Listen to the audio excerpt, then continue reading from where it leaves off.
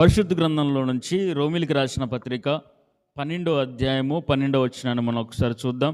నిరీక్షణ గలవారే సంతోషించుచు, శ్రమయందు ఓర్పు గలవారై, ప్రార్థన యందు పట్టుదల కలిగి ఉండండి. స్తోత్రం చెప్పండి ఒకసారి. నీ పక్కన వాళ్ళకి చెప్పండి, ప్రార్థనలో పట్టుదలగా ఉండాలని చెప్పండి ఒకసారి. ప్రార్థనలో పట్టుదల ఉండాలనండి. బయట విషయాల్లో చాలా విషయాల్లో మనం పట్టుదల కలిగి ఉంటాం. ఎక్కలేని పట్టుదల మనకు వస్తుంది. కానీ ప్రార్థనలో పట్టుదల కలిగి మనందరము కూడా ప్రార్థించినట్లయితే ఖచ్చితంగా కూడా సమాధానం పొందుకుంటాం. స్తోత్రం కలుగును గాక. చెప్పండి, ప్రార్థనలో ఏం కలిగి ఉండాలంట? పట్టుదల కలిగి ఉండాలి. నేనైనా మీరైనా ఎవరైనా సరే కొన్ని రోజులు చేస్తాం ప్రార్థన, కొన్ని రోజులు భక్తి చూపిస్తాం, కొన్ని రోజులు సమర్పణ చూపిస్తాం. తర్వాత ప్రార్థన సన్నగిల్లిపోతూ ఉంటుంది, ప్రార్థన యొక్క కంచె తగ్గిపోతూ ఉంటుంది. కొంతమంది బంగారు వ్యాపారస్తులు ఉండేవాడు. వాళ్ళు ఎక్కడో దూర ప్రాంతాల నుంచి ఒంటెల మీద బంగారాన్ని సేకరించి వాళ్ళ దేశానికి వచ్చి అమ్ముకుంటూ ఉండేటోళ్ళు. అయితే ఆ కాలంలో అక్కడేంటి అంటే దొంగలు ఎడారుల్లో వాళ్ళు ప్రయాణం చేస్తున్నప్పుడు రాత్రిపూట స్టేయింగ్ చేస్తారు అడవుల్లో, ఎడారుల్లో. ఆ కాలంలో ఒంటెల మీద ప్రయాణం చేసి తిరిగి వస్తూ దేశాలు అని అంటే కొన్ని నెలలు, 1 నెల, 2 నెలలు, 3 నెలలు, 6 నెలలు ప్రయాణాలు జరుగుతూ ఉంటాయి. వాళ్ళు ఒంటెల మీద కొన్ని నెలలు ప్రయాణం చేస్తూ ఆ బంగారాన్ని తీసుకొచ్చి మళ్ళీ స్వదేశానికి తీసుకొచ్చి అమ్ముతూ ఉంటారు. ఈ మార్గ మధ్యలో ఏం చేస్తారంటే బంగారాన్ని పెట్టుకొని వాళ్ళు ఎడారుల్లో కావచ్చు, అరణ్యాల్లో కావచ్చు నిద్రపోతూ ఉంటారు. అలా నిద్రపోతున్నప్పుడు కొంతమంది దుండగులు, దొంగలు ఏం చేస్తారు అంటే పండుకున్నప్పుడు వచ్చి వాళ్ళని కొట్టి కానీ చంపి కానీ ఆ బంగారాన్ని ఎత్తుకెళ్ళిపోతూ ఉంటారు. అది నౌకల్లో కావచ్చు, లేకపోతే ఇలాంటి ఎడారి ప్రాంతాల్లో రాత్రిపూట వాళ్ళు దొంగతనం చేస్తూ ఉంటారన్నమాట. అయితే ఈ వర్తకులు ఏంటంటే మంచి ప్రార్థనా పరులు. వీళ్ళు ఏంటంటే ప్రతిరోజు కూడా లెగమంగులను 1 గంట ప్రార్థన చేసుకుంటూ ఉండేవాళ్ళు. నైట్ పూట పండుకునేటప్పుడు కూడా ఖచ్చితంగా 1 గంట ప్రార్థన చేసుకుంటూ ఉండేవాళ్ళు. వీళ్ళు రోజు కూడా ఈ విధంగా ప్రార్థన చేసుకుంటూ వాళ్ళ ప్రయాణాన్ని కొనసాగిస్తూ ఉండేవాళ్ళు. స్తోత్రం చెప్పండి ఒకసారి. 34వ కీర్తన 6వ వచనంలో ఒక మాట ఉంటుంది, యెహోవా యందు భయభక్తులు గల వారి చుట్టూ ఆయన దూత కావలి ఉంటుందంట. ఎవరి చుట్టూ? దేవుడి యందు భయభక్తులు కలవాలి. ప్రార్థనా పరుల చుట్టూ. ఏదో బలలో కొద్దిసేపు ప్రార్థన చేస్తున్నప్పుడు ఏడ్చేసి బల్ల తీసుకొని బయటికి పోయి మన ఇష్టానుసారంగా ఉండడం కాదు. లేకపోతే ఇక్కడ ప్రార్థనలో ఉన్నంతసేపు బాగానే ఉండి బయటికి వెళ్ళిన తర్వాత ఇక్కడ ఒక రకంగా అక్కడ ఒక రకంగా ఉంటాం కొన్ని సందర్భాలు. అలా కాదు. వీళ్ళు ఏంటి అని అంటే ప్రతిరోజు కూడా ప్రార్థనలు చేస్తూ ఉంటుంటే దేవుడి యొక్క కాపుదల వాళ్ళకి వస్తూ ఉంది. అయితే వాళ్ళు ఎడారుల్లో, అరణ్యాల్లో ప్రయాణం చేస్తూ ఉన్నప్పుడు దొంగలు వీళ్ళ దగ్గర ఎట్లయినా సరే బంగారం దొంగిలించాలని చెప్పి వాళ్ళు రాత్రిపూట వాళ్ళు పండుకున్న తర్వాత రహస్యంగా వెళ్తే వాళ్ళ దగ్గర ఒక పెద్ద కోట కట్టి ఉండేదంట. ఇదేంటి రాత్రి వీళ్ళు కోట ఎట్ట కట్టుకున్నారని చెప్పి వాళ్ళు ఆశ్చర్యపోయారంట. ఏంటరా బాబు, రాత్రికి వీళ్ళు కోట ఎట్ట కడుతున్నారా అని ఆశ్చర్యపోయి, ఇంత పెద్ద అరణ్యములో, ఎడారుల్లో ఎలా సాధ్యమవుతుందని వీళ్ళు వెళ్తూ ఉంటుంటే రోజు వాళ్ళని ఫాలో అయ్యి నైట్ పూట దొంగతనం చేద్దాం అనుకునే సమయానికి వాళ్ళు పండుకొని ఉండగా అర్ధరాత్రి రాంగులో వాళ్ళ చుట్టూ ఏదో పెద్ద కోట. వీళ్ళు ఆశ్చర్యపడతా ఉన్నారు. అలాగా దేవుడు కాపుదల ఇస్తూ ఉన్నాడు. స్తోత్రం కలుగునుగాక. హల్లెలూయా.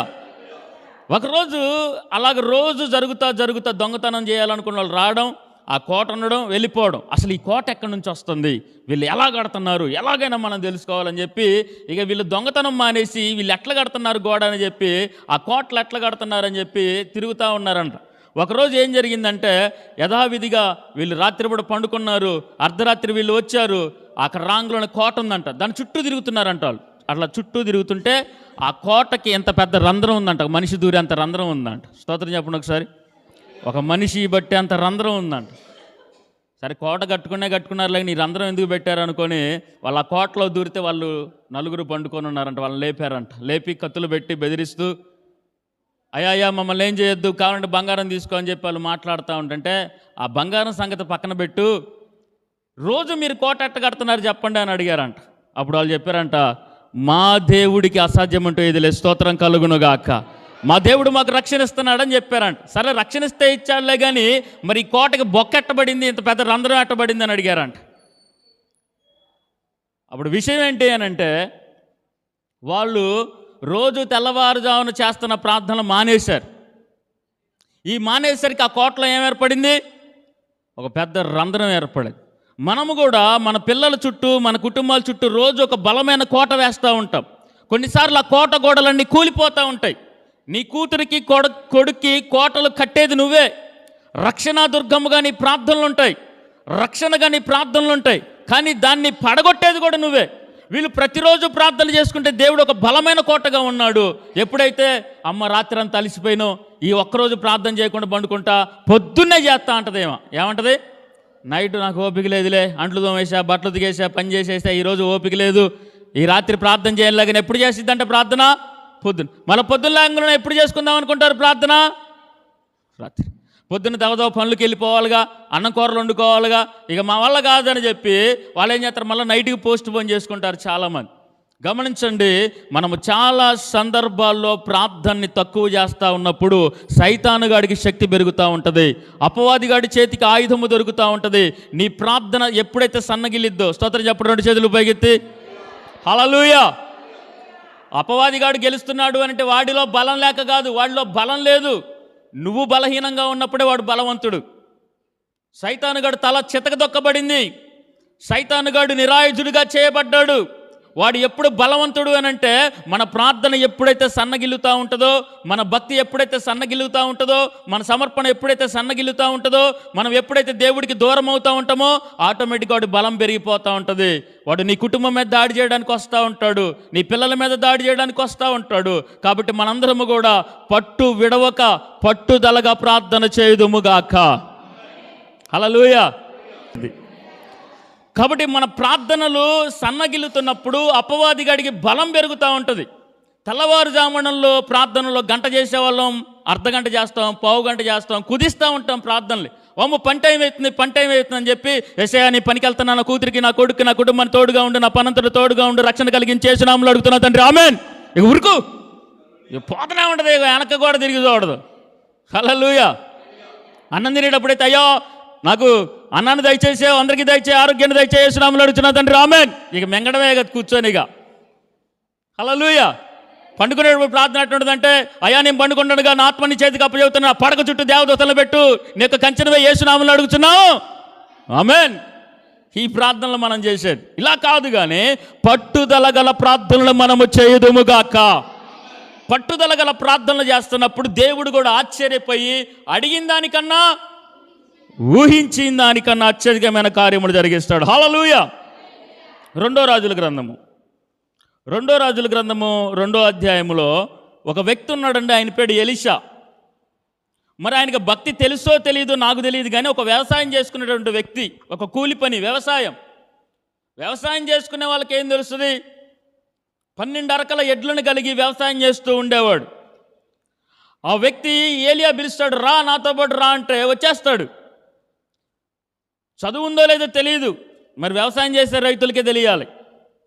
వ్యవసాయం చేసే వాళ్ళకి పొలం ఎలా దున్నాలో తెలుస్తుంది, ఏ ఎరువు వేయాలో తెలుస్తుంది, ఏ నేలకి ఏ పంట పొలాలు వేయాలి, ఏ సీజన్లో ఏది వేయాలనే విషయాలు తెలుస్తుంది. రైతులకి బురదలో దిగాల్సి వస్తుంది, ముళ్ళ మధ్య నడవాల్సి వస్తుంది.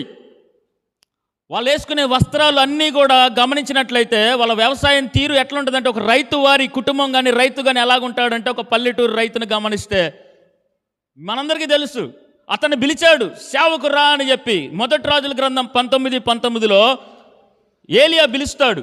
పిలవంగులోనే తనకున్న ఎడ్లని, తనకున్న పంట పొలాల్ని, తన కుటుంబాలను విడిచిపెట్టి సేవకు వస్తాడు. స్తోత్రం కలుగునుగాక. సేవకు పిలవంగులోనే, చెప్పండి, దేవుడు పిలవంగులోనే వచ్చారు. స్తోత్రం కలుగునుగాక. హల్లెలూయా. మరి ఆయనకి పరిస్థితులు ఏమీ తెలియవు. సేవకు వచ్చిన తర్వాత ఒకరోజు ఏలియా పరలోకానికి వెళ్తున్నాడు, మరణము లేకుండా. చాలామంది శిష్యులు ఉన్నారు, సుమారు 50 మంది పైగా శిష్యులు ఉన్నారండి ఏలియా దగ్గర. వీళ్ళందరూ కూడా ఏలియా వెళ్ళిపోతున్నాడు, ఆరోహణమైపోతా ఉన్నాడు పరలోకానికి, అగ్ని రథాలు కిందకి రాబోతున్నాయి అని చెప్పి వీళ్ళందరూ మాట్లాడుకొని, సరే ఎట్లా వెళ్తాడు ఏలియా అని చెప్పి చూద్దామని అందరూ అనుకున్నారు. 2వ రాజుల గ్రంథం 2వ అధ్యాయం నుంచి మనం గమనిస్తే, మొదటిగా నుంచి గిల్గాలులో ప్రారంభమయ్యాడు. గిల్గాలులో ప్రారంభమయ్యి తర్వాత బేతేలుకి వెళ్తాడు, తర్వాత ఎరుకోకి వెళ్తాడు, తర్వాత యోర్దాన్ని చీల్చుకొని యోర్దాన్ అవతలకి వెళ్తారు వీళ్ళిద్దరూ కూడా. చాలామంది శిష్యులు ఏం చేస్తారు అని అంటే, ఏలియాతో కొంత దూరం ప్రయాణం చేస్తారు. కానీ ఎలీషా ఏలియా ఎక్కడికి వెళితే అక్కడికి ప్రయాణం చేస్తూ ఉన్నాడు. స్తోత్రం కలుగునుగాక. అయ్యా నువ్వు ఇక్కడ ఆగు, గిల్గాలు ఆగు, నేను వెళ్ళిపోతున్నా అంటే లేదు నువ్వు ఎక్కడికి వెళితే నేను అక్కడికి వస్తా. స్తోత్రం కలుగునుగాక. గిల్గాలు నుండి బేతేలుకి వెళ్తాడు. బేతేలు చెప్తాడు నువ్వు ఇక్కడ ఆగు అని, కానీ అక్కడ ఆగడు. బేతేలు నుంచి ఎరికోకి వెళ్తాడు. ఎరికో దగ్గర ఉన్నంటే ఎరికో దగ్గర ఆగడు. యోర్దాను నది దగ్గరికి వెళ్తాడు. స్తోత్రం కలుగునుగాక. యోర్దానుని దుప్పటితో కొడితే అది రెండుగా చీలి ఆరిన నేలగా మార్చబడుతుంది. అక్కడ 50 మంది నిలిచిపోతారు. 50 మంది అక్కడే నిలబడి చూస్తూ ఉంటారు ఏం జరుగుతుందా అని. కానీ ఎలీషా మాత్రం ఏది ఏమైనా నా సేవకుడు పక్కనే నేను నిలబడతా. స్తోత్రం కలుగునుగాక. అసలు ఎందుకు నన్ను వెంబడిస్తున్నావు, ఏం కావాలి నీకు అని అంటే, నీ మీదున్న అభిషేకము నా మీద 2 పాళ్ళగా రావాలి. స్తోత్రం కలుగునుగాక. దానికోసం కొండలు దాటాడు, గుట్టలు దాటాడు, రాళ్ళు నడుచుకుంటూ, గిల్గాలు దాటుకుంటూ, ఎరికో దాటుకుంటూ, బేతేలు దాటుకుంటూ, యోర్దాన్ నదిని దాటుకుంటూ సేవకుడు ఎక్కడ నిలబడితే అక్కడ నిలబడ్డాడు. పట్టుదల. ఎలాగైనా సరే నాకు 2 అభిషేకం రావాలి అని ఒక పట్టుదల. 50 మంది అక్కడ నిలిచిపోయారు, కానీ ఎలీషా మాత్రం సేవకుడు ఎక్కడికి వెళ్తే అక్కడికి వెళ్తున్నాడు. నాకు ఎలాగైనా సరే 2 అభిషేకము రావాలి. ఆమెన్. నేను ఎలాగైనా సరే గొప్ప సేవ చేయాలి. నేను ఎలాగైనా సరే దేవుడి సన్నిధిలో నిలబడాలి. నేను గిల్గాలులో ఆగిపోయేవాడిని కాదు, నేను బేతేలులో ఆగిపోయేవాడిని కాదు, నేను ఎరికో దగ్గర ఆగిపోయేవాడిని కాదు, నేను యోర్దాను నది దగ్గర ఆగిపోయేవాడిని కాదు. హల్లెలూయా. పట్టుదల కలిగి ఏలియా ఎక్కడికి వెళితే అక్కడ నిలబడ్డాడండి. స్తోత్రం కలుగునుగాక. ఈరోజు చాలామంది ఎట్లున్నారు అని అంటే, ఇక నా వల్ల కాదు, నువ్వేదైతే అనుకుంటున్నావు నీ కుటుంబం గురించి కానీ నీ వ్యక్తిగత పరిస్థితులు కానీ ఒక కార్యం జరగాలని నీకు ఆశ ఉంది. దానికోసం నువ్వు ఎట్లా ప్రార్థన చేస్తావు అని అంటే, ఇక నా వల్ల కాదు, ఇది జరగట్లేదని చెప్పి ప్రార్థనే మానేస్తారు చాలామంది, అడగడం మానేస్తారు చాలామంది. ఇక జరగదులే, వాళ్ళల్లో మార్పు లేదు, వీళ్ళల్లో మార్పు లేదు, వాళ్ళు సరిగా లేరు, వీళ్ళు సరిగా లేరు, వాళ్ళ కర్మ ఇంకా అంతే అని చెప్పి సొంత కుటుంబస్తుల కోసమే ప్రార్థన మానేస్తాం. కొన్ని సందర్భాల్లో తలరాత వాడికి అట్లుంది, వాళ్ళకి అట్లుందని చెప్పి వదిలేస్తూ వాళ్ళ క్రియల గురించి మాట్లాడుతూ మనము పట్టుదలగా ప్రార్థన చేయకుండా వదిలేస్తాం. వాళ్ళు ఏడకనబోని నాకు సంబంధం లేదని. స్తోత్రం చెప్పు 2 చేతులు పైకెత్తి. కానీ ఎలీషా లాంటి వ్యక్తి కాదు. ఏది ఏమైనా నాకు 2 అభిషేకము రావాలి. స్తోత్రం కలుగునుగాక. ఒక ఆమె వచ్చి అంటది, హన్నాని పెనిన్నా వచ్చి అంటది, నాకు పిల్లలు పుట్టారు నీకు పిల్లలు లేరు, నాకు పిల్లలు పుట్టారు నీకు పిల్లలు లేదు అని అంటే, ఏది ఏమైనా సరే నాకు గర్భఫలము రావాలి అని చెప్పి మందిరానికి వచ్చి గర్భఫలము పొందుకున్న దాకా దేవుడు మందిరాన్ని విడిచిపెట్టలేదండి. స్తోత్రం కలుగునుగాక. ఒక పట్టుదల ఉండాలా. నాకు ఎట్లయినా సరే గర్భఫలం రావాలా. చాలామంది నా భర్త మారాలంటారు, ఒక వారం వస్తే ఒక వారం రారు, ఒకసారి ప్రార్థన చేస్తారు, ఒకసారి చేయరు. నా కుటుంబంలో కార్యం జరగాలి అనుకుంటారు, ఒకసారి చేస్తాం, ఒకసారి చేయం, ఒకసారి ఉపవాసం చేస్తాం, ఒకసారి చేయం, ఒకసారి కన్నీరు గారుస్తాం, ఒకసారి కన్నీరు గార్చాం. అంటే చాలామంది, నాలో అయినా మీలో అయినా మన అందరిలో ఉన్న లోపం ఏంటి అని అంటే, పట్టుదల ప్రార్థన మనలో లేదు. భర్త మారాలా, పిల్లలు మారాలా, కుటుంబం మారాలా అంటే ఏడ పట్టుదల ప్రార్థన? నువ్వు కూర్చున్నా, నించున్నా, పండుకున్నా, పని చేస్తున్నా, మందిరంలో ఉన్నా, ఎక్కడున్నా కార్యము జరగాలని ఒక పట్టుదల ఉండాలి. ఎలీషా అంటాడండి, గిల్గాలులో ఆగలేదు, బేతేలులో ఆగలేదు, ఎరికోలో ఆగలేదు, యోర్దాను నది దగ్గర ఆగలేదు. ఏది ఏమైనా సరే నాకు 2 ఆశీర్వాదము ఖచ్చితంగా రావాలి. హన్నా అనుకుంటుంది, ఏది ఏమైనా సరే నన్ను ఎవరైతే అవమానించారో, ఎవరైతే గర్భఫలం లేదన్నారో, ఎవరైతే గొడ్రాలు అన్నారో, వాళ్ళ ముందే నా దేవుడు ముయ్యబడిన గర్భాన్ని తెరవాలి. ఒక పట్టుదల. మళ్ళీ ఏమంటదండి, నాకు మగబిడ్డ పుట్టాలి. ఎస్, మగబిడ్డనే దేవుడు ఇచ్చాడు. స్తోత్రం. చప్పట్లు కొట్టండి, ఒకసారి చప్పట్లు కొట్టండి. హల్లెలూయా. నాకు మగబిడ్డ కావాలి అనుకున్నది మగబిడ్డే ఇచ్చాడు దేవుడు. కారణం పట్టుదల. తిండి తిప్పలు మానేసుకుంది, మందిరంలో కూర్చుంది, ఏదైతే అదైంది. నాకు మగ పిల్లగాడు పుట్టాలా, నా అవమానము ఆనందంగా మార్చబడాలి. స్తోత్రం కలుగునుగాక. హల్లెలూయా. ఈరోజు ఆ పట్టుదల చూస్తున్నావా? చెప్తున్నారు కొంతమంది సాక్ష్యాలు. మందిరంలో మీరు రాత్రంతా జాగారాలు చేసిన కొన్ని ప్రార్థనలు, మరి ఇప్పుడేమైంది? కొన్ని కార్యాల కోసం ఎవరికో బాగలేదంటే దీవారాత్రములు మొరపెట్టారు కదా, మరి మీ కుటుంబం కోసం మొరపెట్టుకోవడానికి ఏమైంది? హల్లెలూయా. నేను చెప్పా, అమ్మా మీ కుటుంబంలో ఏదైనా కార్యాలు జరగాలంటే ఏడ మీరు ఉండండి, నైటు నేను కూడా ఉంటానంటే నన్ను ఉపయోగించుకోవడం చేతగాట్లా మీకు. సేవకుల్ని పక్కన పెట్టుకొని మీరు ఉపయోగించుకోవడం మీకు రాట్లా. హల్లెలూయా. నా కుటుంబంలో కార్యం జరగండి, ఒక 3 రాత్రులు ఉండి చూడు, 3 రోజులు దేవుడి సన్నిధిలో గడిపి మాలో ఎంత ఉందో శక్తి అంతా బయటకు తీసుకో. హల్లెలూయా. ఒక పట్టుదల లేదు మనకి, అదే జరిగిద్దిలే, సమయానుకూలంగా పుట్టడం, సావడం, ప్రేమించడం, ద్వేషించడం, ప్రతిదానికి సమయం ఉంది, దేవుడే సమయానుకూలంగా ఇస్తాడు, ఇస్తే ఇచ్చాడు, ఇవ్వకపోతే దేవుడి చిత్తం కాదు అని బోర్డు పెట్టిద్దేమా. ఒకవేళ దేవుడు ఇవ్వకపోతే దేవుడి చిత్తం కాదని బోర్డు పెట్టుకుంటాం. దేవుడు ప్రణాళికలో లేదని చెప్పి మనమే సర్ది చెప్పుకుంటూ ఉంటాం. ఆరోగ్యం రాకపోయినా, గర్భఫలం రాకపోయినా, ఉద్యోగం రాకపోయినా, పంట పొలాలు రాకపోయినా, దరిద్రంలో ఉన్నా, ఈ దరిద్రుడని లాజరు ఉన్నాడు కదా, ఆయన నేను ఒకటే అని చెప్పుకుంటారు. వీళ్ళు దరిద్రంలో ఉండి కవరింగ్ చేసుకుంటూ ఉంటారు, ప్రార్థన చేయడం చేతగాక. నేను ఒకటే మాట చెప్తున్నా, పట్టుదల గల ప్రార్థన చేయాలి. గడి చెప్పండి స్తోత్రం. హల్లెలూయా. ఒక మాట వినపడింది, ఈ సంఘం వాళ్ళు ఎన్ని ఆరాధనలు చేసినా ఇక్కడ క్లాతులు కట్టుకొని మీ బతుకంతా ఏడ చేయాలి అని అంటే అప్పుడు నాకు అనిపించింది, నన్ను ఎన్ని మాటలన్నా నేను నవ్వుకుంటా కానీ సంఘాన్ని అంటే ఒక్క మాట అంటే ఏది ఏమైనా సరే గోడలు నిర్మించబడాలి అని అనుకున్నా. హల్లెలూయా. అది ఏదైనా సరే ఒక పట్టుదల నువ్వు కలిగి ఉండి నీ కుటుంబం కోసం దేనికోసమైతే నువ్వు పోరాడుతున్నావో ఆ మోకరింపు కానీ, ఆ ఉపవాసం కానీ, ఆ కన్నీరు కానీ, పట్టుదలగా నువ్వు ప్రార్థన చేసినప్పుడు నా దేవుడు ఖచ్చితంగా నీకు ఇస్తాడు. స్తోత్రం కలుగునుగాక. ఎలీషా అంటాడండి, ఏది ఏమైనా నాకు 2 అభిషేకం కావాలా. అయ్యో అది నా చేతిలో లేదు, నేను వెళ్ళేది కనుక నువ్వు చూసి. హల్లెలూయా. కాబట్టి పట్టుదల గల ప్రార్థన మనందరము కూడా కలిగి ఉందుముగాక. ఈ 2026 సంవత్సరాలు దాటిపోతూ ఉన్నాయి, రోజులు దాటిపోతూ ఉన్నాయి. అప్పుడు ఆల్మోస్ట్ ఈ నెల కూడా గడిచిపోయింది, అయిపోయింది ఈ నెల కూడా. 2026లో ఒక నెల అయిపోయింది. నువ్వు అలాగ సర్దుకొని పోమాక ఒక పట్టుదల గల ప్రార్థన చేయండి. చదువుదాం ఒకసారి చివరిగా మత్తయి సువార్త 15వ అధ్యాయంలో 22వ వచనం కానుంచి, కానాను ఒక స్త్రీ వచ్చింది, నా కూతురు చావు బతుకుల మధ్య ఉంది, యేసయ్య రక్షించు అని చెప్పి మాట్లాడుతూ ఉంటుంది. అప్పుడు దేవుడు అంటాడు, ఒక్క మాట కూడా సమాధానం చెప్పడు. వాళ్ళ శిష్యులు కూడా వచ్చి అడుగుతారయ్యా, ఈ మాటికి అందరిని ఇబ్బంది పెడతా ఉంది, ఏదో ఒకటి చెయ్యంటే నేను నశించిపోతున్న ఇజ్రాయేలుల దగ్గరికే తప్ప ఎవరి దగ్గరికి రాలేదయ్యా అంటాడు దేవుడు.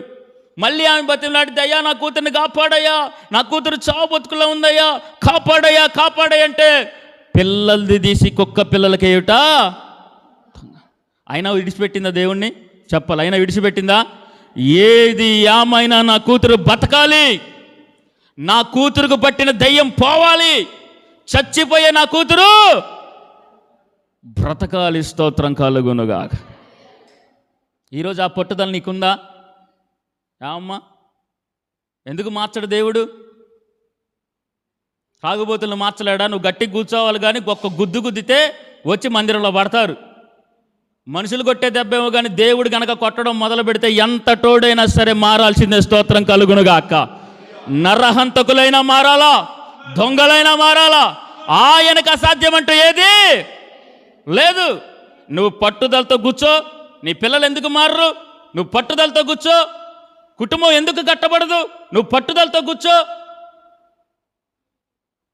హల్లెలూయా, ఆమేన్. కాబట్టి కానాను స్త్రీ పట్టుదలగా ప్రార్థన చేస్తుంది, ఏది ఏమైనా సరే నా కూతురు బతకాలి. దేవుడు మాట్లాడకపోయినా, దేవుడు మౌనంగా ఉన్నా, దేవుడు చేయను అంటున్నా, పిల్లలు తీసి కుక్క పిల్లలకు వేయటం యుక్తం కాదని చెప్తున్నా, అయ్యా నన్ను కుక్క నువ్వు అన్నా, నా పిల్లని కుక్క పిల్ల అన్న, ఏదైనా సరే పిల్లల్ని తీసి బల్ల కింద పడ్డ రొట్టెలు కుక్క పిల్లలు తింటాయి కదా అని చెప్పి దేవుడు మనసును గెలుచుకుంది. స్తోత్రం కలుగునుగాక. అక్కడి నుంచి వెళ్ళలేదండి, అక్కడి నుంచి దేవుడి దగ్గర నుంచి వెళ్ళిపోలా. ఆమె కార్యం పొందుకున్న దాకా దేవుడు పాదాలను విడిచిపెట్టలా, దేవుడు సన్నిధిని విడిచిపెట్టలా. ఇక నేను రావాలా, మైకు పెట్టాలా, 4 పాటలు పాడాలా, ప్రార్థన చేయాలా, మీరు రెడీ అవ్వాలా, రావాలా, ఆమేన్ అంటే కంటికి బుల్లెట్ కూడా దొరకరంటారు చూసి అట్ట పోతారు బొమ్మనని. కానీ ఏమట్ట కాదు, దేవుడు పాదాలను విడిచిపెట్టలేదు ఆ స్త్రీ. నువ్వెట్లున్నావు? ఇక రావమ్మ రా రా రా రా అంటే ఎప్పుడుకో వస్తావు. ఇక ఆమేన్ అని అంటే ఇక అసలు ఎవ్వడికి కూడా దొరకరు అన్నమాట. వందనాలు చెప్తూ అసలు వెళ్ళిపోతావు. మరి ఇంటికి వెళ్ళి ఏం చేస్తారో కూడా తెలియదు. నేను ఒకటే మాట చెప్తున్నా, గుర్తుపెట్టుకోండి. నీ పిల్లల జీవితం, నీ కుటుంబం నిలబడాలంటే ఈ 2026లో పడిపోయిన ప్రాకారములు మరలా కట్టబడునుగాక. ఏదైతే ఒకప్పుడు నీ బలిపీఠాలు ఉన్నాయో, ఏదైతే ఒకప్పుడు నీ స్థితి ఉన్నదో, ఆ మాట చదవండి ఒకసారి. హెబ్రీలకు రాసిన పత్రిక ఆ మాట చదువుకొని అయిపోయింది నా ప్రసంగం. నేను చెప్పే మాట ఒకటైనా నీకు అర్థమైతే చాలు. మీకు 10వ అధ్యాయం 35వ వచనం. కాబట్టి మీ ధైర్యమును విడిచిపెట్టుకుడి, దానికి ప్రతిఫలముగా గొప్ప బహుమానము మీకు దొరుకును. స్తోత్రం చెప్పండి ఒకసారి. హల్లెలూయా. కాబట్టి మీరు మీకున్న ధైర్యమును విడిచిపెట్టద్దు. మీకున్న ఆ పడిపోయిన ప్రాకారములు మళ్ళీ కట్టండి. ఒకసారి ఇంకొక మాట చదువుదాం. 1 కొరింథీ పత్రిక 16-13 కూడా ఒకసారి చదవండి. మెలకుగా ఉండుడి, విశ్వాసమందు నిలకడగా ఉండుడి, పౌరుషము కలవాడై ఉండుడి, బలవంతులై ఉండుడి. మరొకసారి చదవండి ఫస్ట్ కా నుంచి. మెలకుగా ఉండుడి. పక్కనలు చెప్పండి, మెలకుగా ఉండండి. మెలకుగా నిద్రపోయాను లేపడం కాదు, మెలకుగా ఉండానండి. పక్కనలు చెప్పండి, మెలకుగా ఉండు. రెండోది ఏంటిది? విశ్వాసమందు నిలకడగా ఉండు. మూడోది పౌరుషం అనండి ఒకసారి.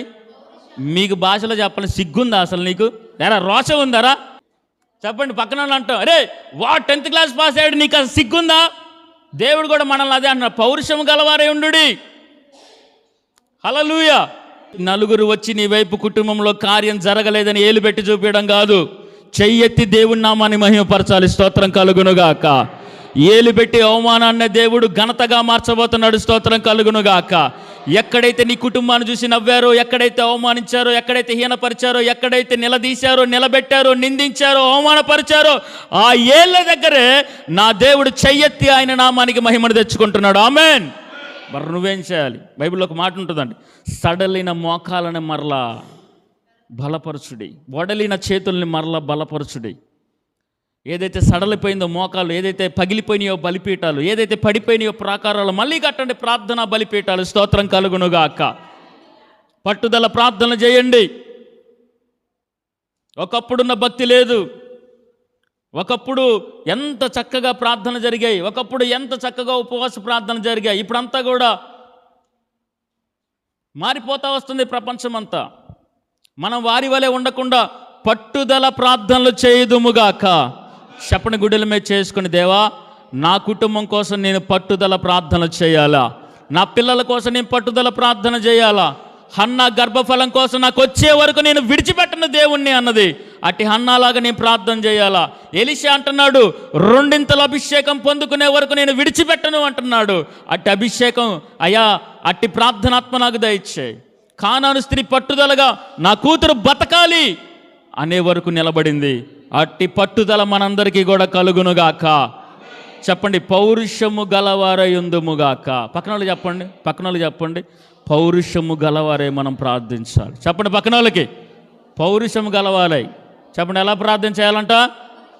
హల్లెలూయా. ఆమేన్. కాబట్టి అట్టి పట్టుదల ప్రార్థన దేవుడు మనకు అనుగ్రహించి, మన ప్రార్థనలో పట్టుత్వం పెంచి జరగని కార్యాలను జరిగించుకునే విధంగా మనము నిలబడుదుముగాక.